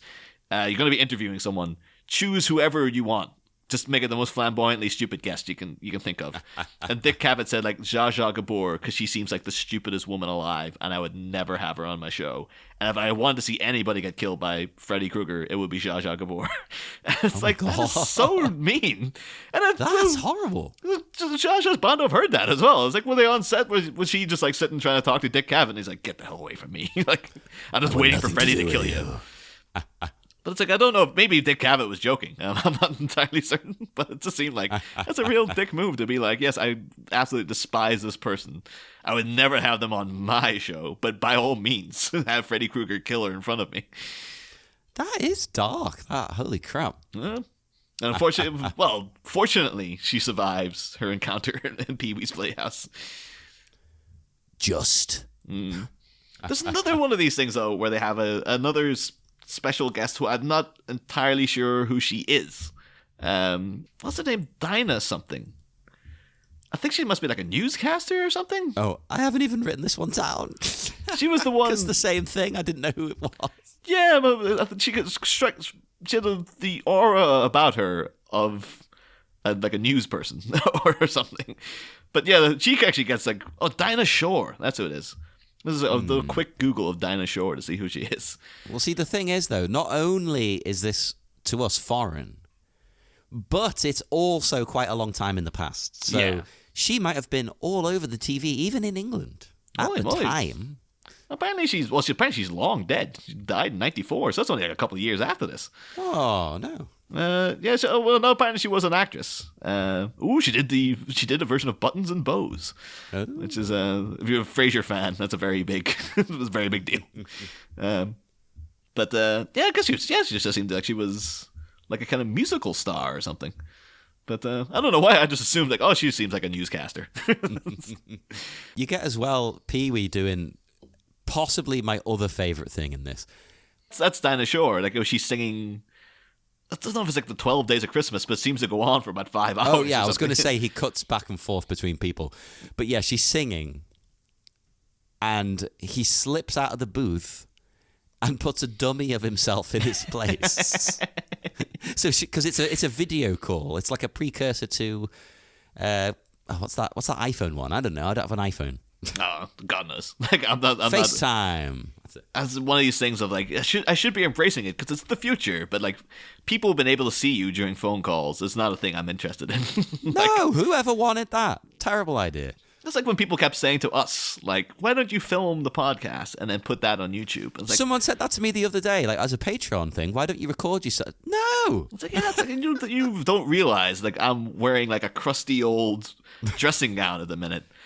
I look terrible. Like, it's a Sunday afternoon. Of course, it's actually Christmas Day, as we all know. It's Christmas Day. Woo. We're wearing our finest Christmas jumpers. I am actually wearing my Christmas jumper, sweater to you Americans. I am wearing it right now. It is my Star Wars one that I have taken to wearing most years now. I haven't replaced it because it's too perfect. I looked at buying another one and was like, none of these are as good. I've reached perfection. The only thing I ever do at Christmas in terms of I'm so not a festive guy. That's the thing. I don't have any problems with Christmas or anything, but it's just like, why are we doing this then? Damn it! It's just more like, because even like this year, like people are getting like the house decorated with Christmas trees and stuff. And people in the past have criticized me for like not putting up a Christmas tree in my room and stuff. But like, you should. You should have a little one. Yeah, but I've just never been really into it. It's just like, you put it up and then you have to take it down again. It's just like, it's just a time of year. Like, it just comes and goes and stuff. Although at the same time, if it was Halloween, I'd be like, give me all the pumpkins and all that weird crap. But well, the only thing missing now, of course, is the aforementioned Charo. Oh, yes. And I'm going back to her because we didn't talk about the fact that he cannot pronounce Feliz Navidad. Oh, yeah. Oh, yeah. So he's like, Feliz Navidad. Navidad. And it's amazing. I love it. And then he tries to smash the piñata, which another thing we don't really get here that much. It's not like a thing, is it? But it looks amazing. If I had a kid, I'd be getting them to do this. It's great. Kids love sweets. They love cute things, and they love smashing stuff with a stick. Yeah. I think maybe that's why they're over here. It's like, don't encourage them to actively break things, because you never know when it's going to stop. You listeners, you don't understand, like, kids over here. You don't want to put dangerous things in their hands. They'll cause havoc. The children here are not to be trusted. It's one of those things. It's like, as cute as a baby might be, every baby is inherently an asshole. Like, so if you give it something it can't destroy, it will destroy it. Yep. It's like, it cares not for your possessions. I will also say, I can't remember the guys who actually hosted, but like, in terms of, shout out White Blackula earlier for being like one of my favorite band names. Feliz Navi Pod is probably my favorite podcast name, because it's just like, I don't even know what they do. It's just like, I like that name. So, it's Christmas every episode, if I recall correctly. No. Let's just see. At the same time, that could also be like a nightmare of just like, oh my God. Be like Krusty the Clown, made to perform for 500 hours or whatever it is. I think it's fantastic. I think it if anything, it would be a great like view of someone's descent into madness. You'd learn a lot. Right, okay. I'm kind of just getting used to this door going all the time now and getting interrupted constantly. Let's go see who this is. Hopefully, it's somebody fun. Speaking of fantastic podcast names and descents into madness, can you believe it? It's Odessa Lil, Klingon Vanna White, and Shecky Davis Jr. of the Speak Easily Hour Minute podcast. Hello, Bat Minute. How you doing, Bat Minute? Greetings and salutations, Bat Minute. The Speak Easily gang, Klingon Vanna White, Shecky Davis Jr., and me, Odessa Lil, just wanted to stop by and say... Happy Christmas! Merry Short Mass. No! Happy Inclusive Holidays. Whatever. Can we sing now? Yeah, okay. We'd like to carol to our Bat Minute family as a thank you for having us on as guests so many times. Well, I've never been on the show. Okay, so on the count of 3. 3. On the first day of Christmas, my true love gave to me. I'm hungry. You got anything to eat in this place? Oh, I'll make cookies. What? No, you guys. We came here all the way from California to sing a stupid consumerist Christ song for these Batman freaks, and now you're making cookies? I feel kind of weird. Yeah, me too, but the cookies should help. Shh. Oh no. Act cool. That cop over there is totally staring at us. Bad boys, what you gonna do? What you gonna do when they come for you? Cop? Where? Bad boys, what you gonna do? What you gonna do when they come for you? Oh, Shecky, that's not a cop. It's John Fenn's Christmas tree. Then why is it breathing? Ooh, and the cop lights are making such pretty trails. Klingon, get down from there. This is why I can't take you guys anywhere. And why we can't have friends and things or 2 consecutive thoughts. Jesus. Oh, now you believe in Christmas, huh? God, no. No, just an expression. Ugh. God, now I feel kind of weird. Oh, look at the kitty. Look at the kitty. Drusilla, come here. Kitty, kitty, kitty, kitty, kitty, kitty. Meow, meow. Oh, Drusilla, good kitty. Good kitty. I want you to go out and kill, Klingon. Kill! Yes, master. Get away from that cat! Hey, anyone else smell smoke? And cookies? Wow, I could totally eat right now. Cookies are ready. Who makes cookies in a freaking microwave? And I suppose you're Paula Jean? I think I can literally taste the light coming off of that Christmas tree. Oh, why do I feel like this? Oh, it's probably the LSD I put in everyone's hot chocolate before we left the house. You what? I said I was going to take you on a trip for Sharp Mass. Thank Korean Jesus I didn't drink any of that hot chocolate. Why? Because you know Paula Dean, dear. Merry Sharp Mass. Holidays. Festive. Ooh. Thanks for dropping by, guys. That was baffling as always. Vanna, you forgot your coat. That's actually a layer of dead skin. I forgot that Christmas is Klingon shedding season. I'll get back door next time. See you guys. Bye. See ya. Anyway, back to Pee-Wee. Ah, yes, we probably should do that. Where was I? But God, there's so much going on in this. We also we expand the holiday. It's not just Christmas in a way, because he then speaks to a Jewish person, and they have fun with a dreidel. Yeah.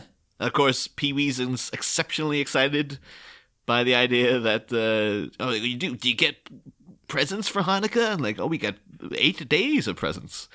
Oh my God. Which, of course, if you're a kid, that is still your main objective. It's just like, you get 8 days of presents. That's like, why wouldn't everybody be Jewish if you got 8 days of presents every damn year? It does sound pretty cool. Are they proper presents, or are they religious presents? Like, here's a new Torah. I think it might be like very minor. Like you get a lot of them. Well, you get 8 of them, but it might be like kind of smaller things, and then maybe on the last day it's something bigger. But yeah, but not entirely. I don't know many Jewish people to go and ask. Again, that's not really a big thing over in this side of the pond either. No.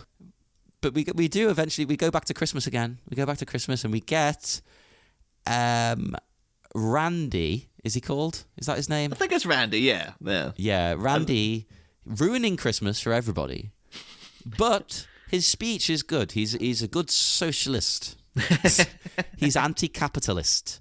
So he might have ruined their Christmases, but he's woke them up. Mm. So you see now on Facebook, you changing your profile picture to a picture of Randy. That's going to be your Christmas decoration, is just that puppet hanging from the roof atop a Christmas tree. I would genuinely love that. I would think that would be great. But I may be a socialist, but I love Christmas. I don't care. I don't necessarily see it as commercial. It doesn't have to be commercial unless you want it to be. Mm. It can just be about doing good deeds. Yeah, that's true. Good deeds can be a present. It doesn't have to be a present. It can be anything. I like having a day just for everybody to be nice and happy. This is a nice period. Very few people are happy anymore. This is a nice period, too, where everybody's off at the same time. Like, everybody's kind of on vacation at the same time. Except, of course, for the unfortunate souls who have to work throughout Christmas. So, very sorry to them. But, most people tend to be off. And they're having fun, and the mood's light, and there's no pressure to, like, you know, sometimes when you meet up with people and you're enjoying yourself, you think just like, oh, well, I've got to have the most fun I can tonight because I won't get to come out again for 3 weeks or something. Yeah. Whereas Christmas, it's, whatever. Everything's just laissez-faire. It's great. No. I just have to, every year I do the same thing, though, because I have to fill out a tax return in January myself because, you know, self-employed and whatnot. And it's so stressful because I keep thinking I'm going to mess it up, and I never do. But it looms over the holiday for me now, and I keep thinking I should do it before Christmas because then I can enjoy it. But I keep thinking, like, well, what if I do it before Christmas and then something does go wrong and they send me a letter and I'm just worried throughout the entire holiday? Yeah, so they end true. up thinking, then, like, now I'll leave it until, or maybe I should leave it a couple of days before I go home for the holidays, and then if they do send a letter, I won't get it. But then I just know internally I'll be thinking about, I wonder if they sent anything the whole time. So yeah, that's my one, like, fall down of Christmas. It's just like I always associate it with that now. But that would get me as well. Especially American listeners might not know this. We don't normally have to do taxes. Like, it's done for you at point of receiving your wages and at point of sale of goods. So we don't have any interaction with it. I don't know anything about it except self-employed people. Yeah. Because they're paying their own wages, essentially. Yeah. And I always try to keep mine as simple as I possibly can. So that's why when I see, like, you know, that episode of The Simpsons where Homer doing his taxes and he's just, like, giving Marge her own painting and going, like, oh, it's a business gift and all this stuff. I'm like, what is this? Start putting some Batman stuff down as business expenses. Put the website hosting fees. I think I remember when I was signing up for being self-employed, the guy who was signing me up, he's all like, well, you need to claim your expenses. What? Pens? Well, you need a new computer, don't you? And I was like, no, I don't. He's like, no. He's kind of winking, like, yeah, you do. You like, do. He was trying to, but I was just like, nah, I'm keeping everything simple. Like, I'm not going to try to, nothing that I'd have to go back to and they'll be like, well, what's this? And I'll be like, I honestly don't remember. So, that new gold lined dressing gown. I look like Supreme Leader Snoke sitting recording this and that in that dressing gown. But what's this throne room you've had built in your house? It was a business expense. It's just that red room, but it's all red egg cartons, just for sound purposes, you know. That's where you podcast, isn't it? That's where you are now. Oh yeah, of course, yeah. It's like where you hear the booming echo of the throne chamber I'm in. That's exactly how I picture you anyway. At any moment, that is what you look like. In your lovely Hugh Hefner-esque robe. Actually, I'm quite happy with because people might not know this, but, like, at the minute, I've got quite a nice setup for the podcasting purposes. I've got a proper desk. I've got all the Batman memorabilia I have in front of me to inspire me throughout the recording and whatnot. But, like, way back when the show started, I didn't have a desk, and so I used to record by balancing the microphone on top of an old microwave, on top of a stool, and it was very sad looking. And I think I remember other people, like, in the Movies by Minutes group, like, putting on pictures of their podcasting setup, and I was like, I should put this up for a laugh. But then people would really judge me if they knew how bad it looked and stuff. Hey, for the first few weeks, I would record it.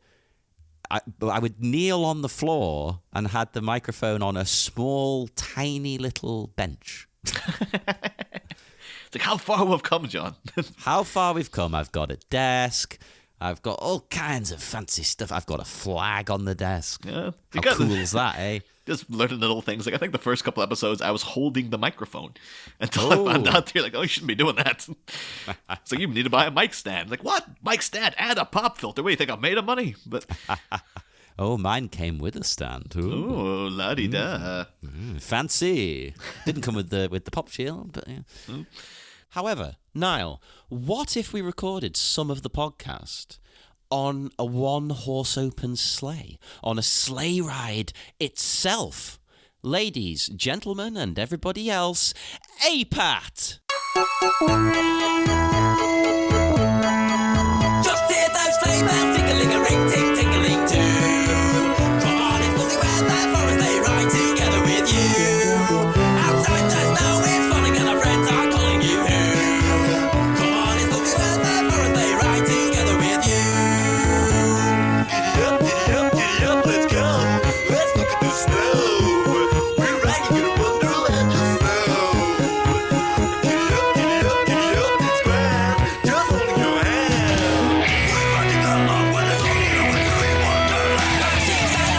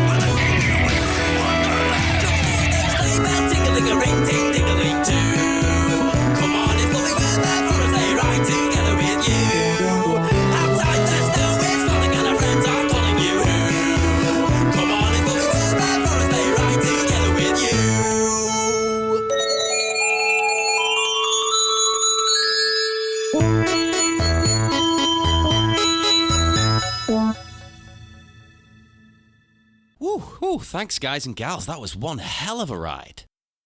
But back in Pee-wee. So he then makes that new wing out of fruitcakes. Yeah. And building it are fruitcakes, apparently. That's the joke. And all I could think of was, even though it's not hot stuff coming through. It had that vibe to it, I thought. Just these buff, shirtless men building. But honestly, I never really made the fruitcake connection until you missed. But I was slightly like, why have we got such homoerotic builders in it? I mean, now it is all like, yeah, that entirely makes sense. It's like, he keeps making jokes about there's too many fruitcakes. And the whole show is like gay. I kind of thought it was just It's like supposed to be like, fantastic. oh, kids hate fruitcake, so him having a fruitcake. That's the joke. Like, oh, kids don't like this. Oh, that's 100. That's definitely how he sold it, like maybe to the network. But he puts subversive things in. There's a whole queer reading of this on YouTube. Oh, it's like a whole like analysis of the show. It's fantastic. I will say though, for like, we're living in a time now where people are always actively pointing out like diversity within casting and stuff, and the fact that we're at a ridiculous point in time where people were kicking up a fuss that there was a black guy as the main character of a Star Wars movie back when The Force Awakens came out and stuff. Ridiculous, yeah. But why wouldn't there be? God damn it. Yeah, but I will say though, like Pee-wee does seem to, like, it is a very diverse cast. It's like, most of the co-stars are like, he's literally got Blackula there. Cowboy Curtis, people of color. You had you got in Charo to celebrate other cultures' festive celebrations and stuff. A lot of female co-stars and things like that. So it's like, yeah, Reba the male lady, a black woman of color. He's got gay people on the show as well. So it's very broad. We'll say like for the time, it was quite progressive, and I guess that's all part of Paul Rubens's kind of thing of like, it's supposed to be a positive show for children and stuff. And that's probably part of why it sort of seems to still resonate with a lot of people, especially in America now, is because it probably does still feel kind of, in a weird way, kind of fresh. Yeah. I will say as well, like if, we didn't have this over here, but I imagine if Pee-wee's Playhouse was on TV when I was a kid, I probably really would have liked it as well. Yeah, definitely. Because it does have you can see why Tim Burton would have been interested in making a movie for him and stuff. Like it really sells that very, very strange, like very weird humor and stuff. Do you know who else I think would probably have really liked this and could have done a movie of it if they were tamed a little bit? John Waters. Oh yeah. Oh, for sure. It's got like that weird, it's got like a serial mom kind of vibe or something. Yeah, it's like that kind of day glow colors, and it's about like innocent portrayals of things that seem wholesome. Yeah. But he's got a really warped underbelly to it and stuff. If you keep him at that kind of level or the Hairspray kind of level, and don't let him go full like Pink Flamingos or something, he could have done a Pee-wee film, I think. I'll actually just give a quick IMDb, because I wouldn't be surprised if it turned out like he was a guest on it or something at some point. I could picture that 100%. Because it seems like that, now you say that, it's like, oh yeah, of course John Waters should have been involved with Pee-wee's Playhouse in some capacity. But if he and Paul Rubens haven't worked together, what is going on in the world? Come on. Let's see. Not that I can see. Come on. But yeah. Now is the time, guys. John Waters come back with a new movie starring Paul Rubens. This is a man who actively worked with Woody Allen. Why wouldn't he work with Paul Rubens? It doesn't make any sense. But let's not go into Woody Allen. But of course, no Christmas special would be complete without an appearance from everybody's favorite Christmas character, except for Jesus. We get Santa himself, of course, arrives at the Sandy Claus. Yeah, I'm kind of surprised. Like, so I looked into the guy playing him, and he's not famous at all. Like, I kind of thought he would have been like, they would have got like, just some like a big John Goodman playing Santa or something. Why not? Everyone else is a bloody guest star. Maybe he wanted to give the illusion to kids like this is the genuine Santa Claus or something. So he literally just got some guy who just looks like him. Maybe they don't want to distract the kids. Like, this is Santa. Yeah. That's because if you're buying into everything else in the Playhouse world, it's like, well, of course the actual Santa would be there. But yeah, I mean, there's a talking chair Yeah, Cherry. So, I think that's the whole thing of this, like, yeah, everything, like, so the floor talks is called Flory, and the window Flory? talks. Window talks is called Windowy, I guess, or something. I love that so much. It just sticks E on the end. I think that's at the beginning when he's doing all the guests. It's just all the people who are normally in the show. But he's going into every single Lampy and Roofy and all this. It's just a lamp. Although Roofy would be probably one he shouldn't put in the show, quite frankly. Oh no. But yeah, so then kind of briefly mentioned earlier, like, yeah, Pee-wee, apparently his Christmas list was so long that no other child can actually get a present. So he agrees to give it all up and then goes out on Santa's sleigh to help deliver the presents, which is, not good, nice for Pee-wee, nice for everybody, I guess. It brings us to, then we get a lot of very dodgy footage of Paul Rubens and Santa against a green screen. It looks amazing, though. I love it. He's become his little elf. He's got an elf-like quality to him, doesn't he? I did think it was quite strange, though. Santa was like, well, I have to, he's like, I have to give back all of them. He's like, yep, every single one. It's like, could Pee-wee not keep one present for himself? Like, one. Yeah, I think if they said, Pee-wee, you can keep, this pile. And Pee-wee then said, no, you know what? I'm going to give them all back. Yeah. That would be nice. But he's basically told, nah, you got to give them all back. Yeah. I guess then his present is the fact that he gets to deliver the presents with Santa, I suppose. But so work. Yeah. That can't be fun for Santa. That's how the capitalists trick you into doing it, John. That's it. Randy was right the whole time. Yeah, Randy. Follow Randy. Get behind Randiest thought. People are like, is that like Ayn Rand? Like, no, it's the puppet from Pee-wee's. Oh my God, no. Not Ayn Rand. Oh, Jesus Christ. It's like his classic novel, Puppet Shrugged. But yeah, that's kind of like the end of the... That's the end of the special. I don't know, was there anything else we forgot to mention? Or I mean, there's 1,000,001 things we forgot to mention. We could be here all day talking about this. It's wonderful. Everybody go and watch this immediately if you haven't. I thought it was excellent, and I think I'm going to watch this every year. This is a new yearly tradition. Well, the thing is that because this was handily on... Well, for one thing, it's on YouTube, but it was also handily on the UK Netflix, weirdly enough. As is all of Pee-wee's Playhouse. So maybe we'll return to this down the line and watch like a series of that and do a series review of... or a season review of like the first season of Pee-wee's Playhouse or something. Because I think then you'll get into all like Phil Hartman being in it and Cyndi Lauper doing the theme tune and all that kind of stuff, which is sadly absent from this special. But or I gotta do like Pee-wee's Big Adventure or something down the line. We got so much related content to. Oh yeah, I'm in for that because I now want to just go and watch the movies. Yeah. I think that'd be great. I get they're going to be a different vibe to the show, but the show, it totally worked for me. I love it. Instant fan. Well, that was the thing. Like within Pee-wee's Big Adventure, like it's set before Pee-wee's Playhouse, but like he does still live in a big, crazy, weird house that has like loads of not like talking furniture, but like he has like a crazy breakfast machine. Everything's just like it just seems like a child's playhouse, basically. So like Wallace and Gromit again. Yeah, pretty much. Yeah, but it's I don't know. Maybe that's where Nick Park got that from. Like he's like, did that work for Paul Rubens, and he did that breakfast machine thing, or maybe freaking Paul Rubens got it from him. I don't know, but it just and yeah, but there's a lot more stuff. Like I said, there's a love interest in it and stuff. Dottie, played by the wonderful E.G. Daly, and he's got like a rival, Francis, who's like this, basically like the bad Pee-wee. Oh yeah, like is he a bit like Mr. C in Twin Peaks season 3? Well, he's not actually like played by Paul Rubens, but it's like that would have been great. Like it's just this other random like fully grown man who's like a guy who looks like he's in his 40s, but he seems to be playing a child for some reason. He should have been a doppelganger of Pee-wee. I guess that'd be Ernest Scared Stupid or whatever. Was there one where I guess Ernest did it before Twin Peaks, where it's like, oh yeah, Ernest turned into like an evil version of Ernest. Wow. I wouldn't know because Ernest isn't really a thing here either. No, I did see those were like available in video shops, so I did see a few of the Ernest movies. But I think it was a famous bit of How Did This Get Made, though, where like June's talking about like how she thought that like evil Ernest was kind of hot. She liked him, yeah. Yeah, Jason's Mantzoukas is just kind of freaking out because he's like, wait, what?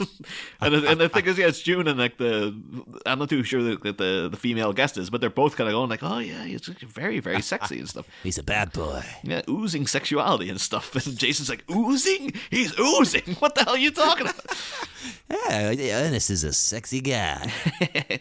Who doesn't love a bit of that? No, but yeah, I think I'm ready to pack up the Playhouse if you are. Yes, we're going to pack up the Playhouse and let you all go and have fun with your new toys, everybody. Thank you for joining us. Come and chat to us. We're on Facebook at the Bat Minute Listeners Cave, and we're on Twitter at Bat Minute. And if you enjoyed this, subscribe to the Patreon, because you get stuff like this all the time, at least once a month. Although this month you're going to get loads. You're getting loads of content. There's mountains of it. Aren't you lucky?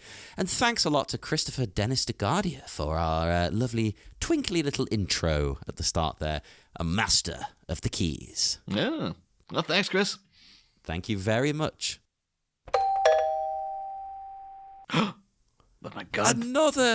Another ring of that bell. We're trying to pack up the show, and then that door goes again. Who the hell could this be? Oh my God, Niall. It's Zombina and the Skeletons. Oh my God. And they've brought us a chainsaw for Christmas. Last year my baby got me a Game Boy. I still haven't taken it out of the box. Oh no. My family still get me the same toys. They might as well be buying me rocks. Oh yeah. Every year I send the same list. First class to Santa's house. Every year I feel a little more sick at the way Santa's messing me about. I want girlskin shoes and a boyskin hat. I want the new Slayer album and a double RS. But most of all, I want a chainsaw for Christmas. I want a chainsaw for Christmas. I want a chainsaw for Christmas, yeah, 'cause I can give that gift to all of the world.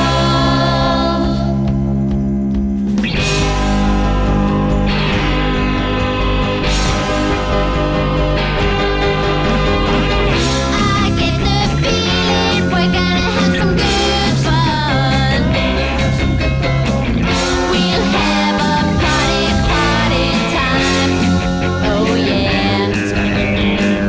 I hope my baby gets me a nail gun. And I hope he lets me try it out on his spine. Oh yeah. I want an atom bomb and a bullhead ring, the Necronomicon, some sandwiches, but most of all I want a chainsaw for Christmas. I want a chainsaw for Christmas. I want a chainsaw for Christmas, yeah, 'cause I can give that gift to all of the world. I want a chainsaw for Christmas. I want a chainsaw for Christmas. I want a chainsaw for Christmas, yeah, 'cause I can give that gift to all of the world. Give that gift to all of the world. I can give that gift to all of the world. Oh yeah! All right, come on! Wow! I want a chainsaw for Christmas. I want a chainsaw for Christmas. I want a chainsaw for Christmas. Give that gift to all the